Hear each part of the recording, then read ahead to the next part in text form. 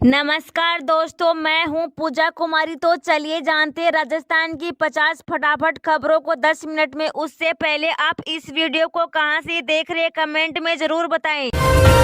देश में रसोई गैस सिलेंडर पर मिलने जा रहे हैं 2 तोहफे, जानकर उछल पड़ेंगे आप भी। हर घर की जरूरत रसोई गैस सिलेंडर की कीमत इतना ज्यादा हो गई है जिससे लोग इस पर राहत मिलने के बारे में सरकार से आस लगा रहे हैं। तो वहीं बजट 2024 में पेश होने वाले अब ज्यादा दिन नहीं रहे, जिससे जल्द ही सरकार रसोई गैस सिलेंडर पर 2 तोहफे दे सकती है, जिसके बारे में आप जानकर उछल पड़ेंगे। जी हाँ, सरकार उज्ज्वला योजना के तहत फिर से सब्सिडी को बढ़ा सकती है, जिससे अब 500 रुपए की सब्सिडी हो जाएगी। तो वहीं हर महीने के शुरुआत में ऑयल कंपनियों रसोई गैस सिलेंडर की कीमत अपडेट करती है। दरअसल आपको भी बता दें कि देश में होने वाले लोकसभा चुनाव की वजह से केंद्र में मोदी सरकार कई बड़े ऐलान कर सकती है, जिससे उज्ज्वला योजना के तहत फिर से सब्सिडी बढ़ा सकती है। वहीं मीडिया रिपोर्ट में दावा किया जा रहा है कि हर बजट 2024 में सरकार रसोई गैस सिलेंडर पर मिलने वाली सब्सिडी को बढ़ा कर सकती है। ऐसा इसलिए कि सरकार को फोकस महिला वोट को हासिल करना है, जिससे खासकर महिलाओं के लिए बड़े ऐलान हो सकते हैं। सरकार की जारी आंकड़ों के अनुसार पूरे देश में उज्ज्वला योजना के 9 करोड़ लाभार्थी है, जिससे अब इस योजना के लाभार्थियों को उम्मीद है कि मोदी सरकार गैस सिलेंडर पर मिलने वाली सब्सिडी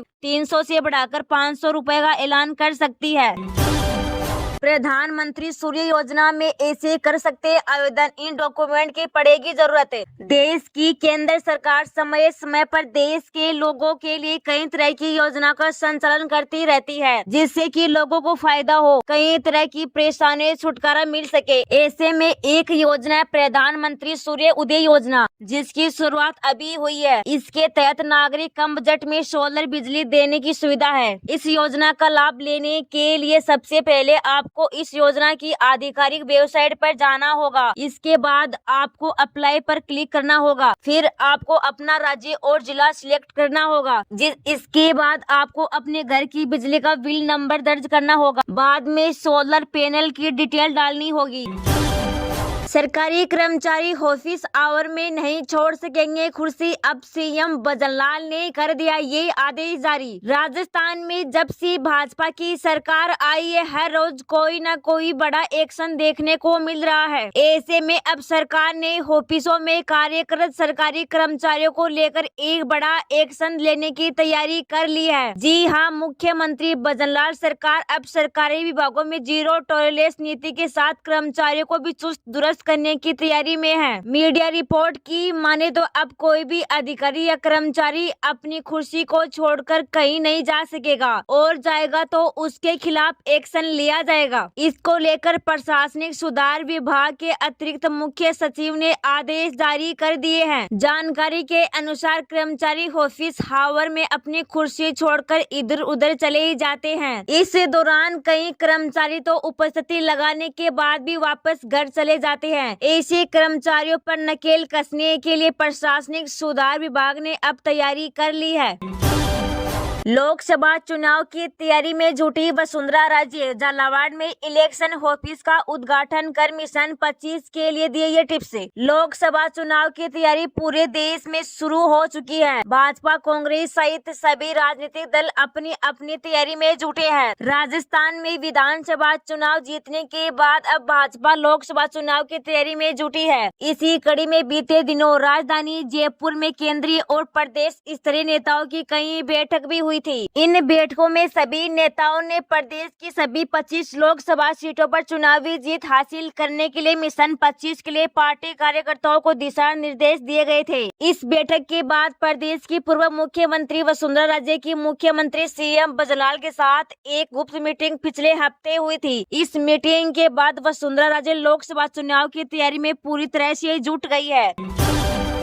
इस बार 16वीं किस्त में किसानों को 2 नहीं मिलेंगे 3,000। 1 फरवरी को सरकार देने जा रही है तोहफा। केंद्र सरकार पीएम किसान योजना चलाती है और इस योजना में किसानों को सरकार साल में 6,000 की आर्थिक सहायता देती है और वो भी 2-2 की 3 किस्तों में। ऐसे में अब तक किसानों को 15 किस्तें मिल चुकी है और अब 16वीं किस्त मिलेगी, लेकिन इस बार चर्चा है कि यह राशि बढ़ाई जा सकती है। मीडिया रिपोर्ट की माने तो 1 फरवरी को पेश होने वाले बजट में इस बार इस राशि को बढ़ाया जा सकता है। खबर ये कि इस रकम को सालाना 6,000 रूपए से बढ़कर 9,000 रूपए किया जा सकता है। बता दें कि पीएम किसान योजना 2019 में शुरू की गई थी और इसका मकसद छोटे और सीमांत किसानों की आय में बढ़ोतरी करना है। योजना के तहत पात्र किसानों को खाते में हर साल 6,000 रूपए की राशि 3 किस्तों में डाली जाती है। पीएम किसान की 16वीं किस्त पाने के लिए किसानों को ई-केवाईसी करवाना जरूरी है। पीएम किसान मोबाइल ऐप द्वारा फेथ ऑटोमेटिक के माध्यम से ई-केवाईसी करा सकते हैं। पीएम किसान mobile app Google play store पर उपलब्ध है।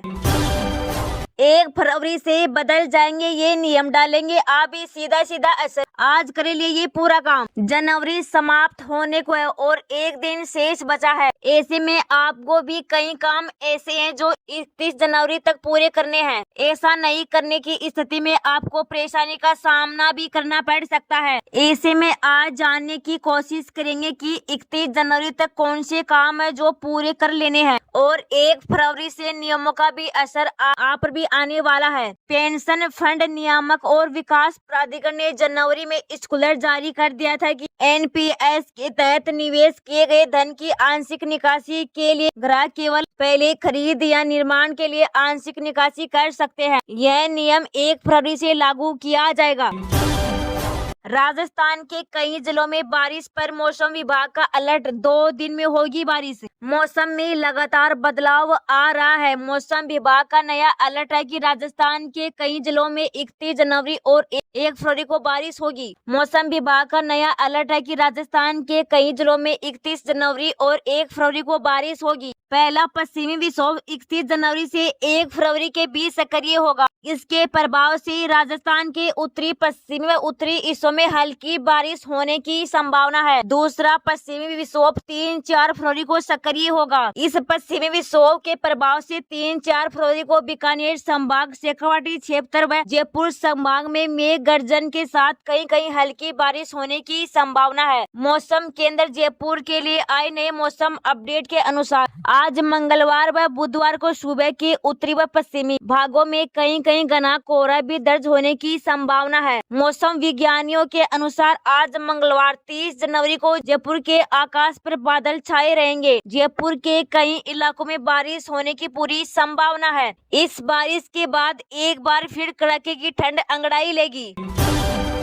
बाबा बालकनाथ के बयान से राजस्थान की सियासत में मची खलबली। अब ट्विटर पर उठ रही है माफी की मांग। राजस्थान की तिजारा विधानसभा सीट से बीजेपी विधायक बाबा बालकनाथ के एक बयान से प्रदेश की सियासत में खलबली मच गई है। पूरा मामला राजीव गांधी युवा मित्र इंटर्नशिप प्रोग्राम से जुड़ा हुआ है, जिसे हाल में राजस्थान सरकार ने बंद कर दिया है। बाबा बालकनाथ ने सोमवार को इस पर विधानसभा सत्र के दौरान एक बयान दिया था, जिसके बाद से ही सोशल मीडिया पर उन्हें ट्रोल किया जा रहा है। साथ ही उनसे माफी मांगने की मांग भी की जा रही है। राजस्थान विधानसभा में अपने 11 मिनट 34 सेकंड के भाषण में महेंद्र बालकनाथ ने पूर्ववर्ती कांग्रेस सरकार पर जमकर निशाना साधा। उन्होंने कहा कि कांग्रेस भ्रष्टाचार में लिप्त पार्टी है।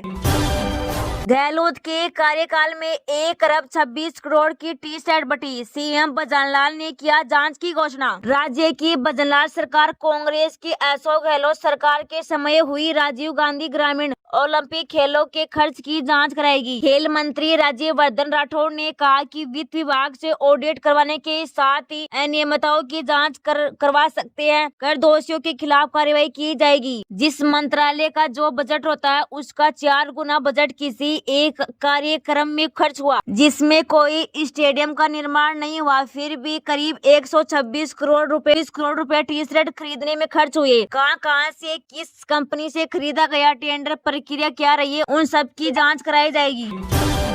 फास्टैग KYC के लिए बचा है आपके पास 1 दिन, उसके बाद देना होगा आपको डबल पैसा। फास्टैग का उपयोग आज के समय हर किसी गाड़ी पर हो रहा है और आपको अगर एक जिले से दूसरे जिले में भी जाना है तो आपको टोल देकर ही जाना होता है। ऐसे में अब फास्टैग को लेकर कुछ नियम बदलने वाले हैं। जी हाँ, 31 जनवरी तक अगर आपने फास्टैग KYC पूरी नहीं की है तो आपका फास्टैग काम नहीं करेगा। इसके अलावा एक और नियम बदला जा रहा है और वो है कि अब कोई भी एक से ज्यादा फास्टैग का इस्तेमाल नहीं कर पाएगा। 31 जनवरी के बाद से अगर आपके पास 2 फास्टैग है तो उनमें से एक ब्लैक लिस्ट कर दिया जाएगा। इसके साथ ही अगर आपने KYC भी नहीं की है तो आपको टोल प्लाजा भी दुगना पैसा भरना होगा, क्योंकि आपका फास्टैग डीएक्टिवेट कर दिया जाएगा।